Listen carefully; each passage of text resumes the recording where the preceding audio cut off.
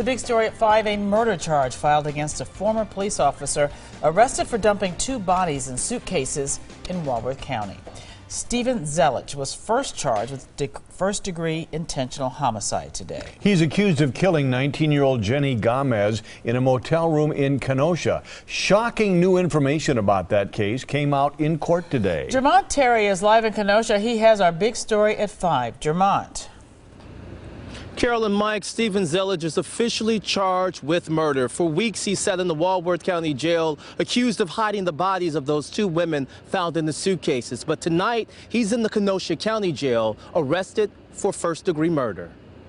Stephen Zelich is back in court again. While he's been in court before, it's his first time accused of murder. The Kenosha County DA charged Zelich with first-degree intentional murder. He's accused of killing Jenny Gomez. According to the criminal complaint, Gomez flew into Wisconsin. Zelich picked her up and brought her to this Kenosha motel. The evidence connected Mr. Zelich to Kenosha County by his own admission.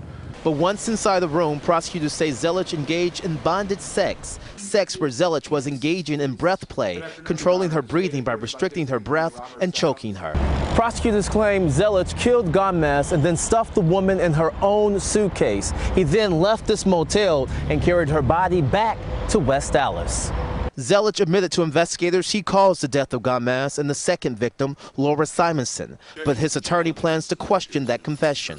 The prosecution is calling this confession from Mr. Zelich and how it was conducted.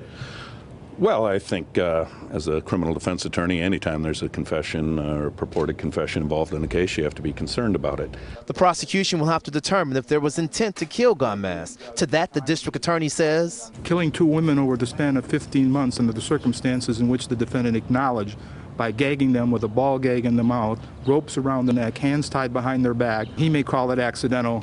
I call that murder. But the defense will question Zelich's intent. Certainly an issue, as I mentioned earlier, would be the consensual nature of any activity. And tonight, Zelich remains behind bars here in Kenosha County on a $2 million cash bond. If convicted on the first-degree intentional homicide charges, he faces life in prison. Reporting live in Kenosha County, Jermont Terry, today's TMJ4.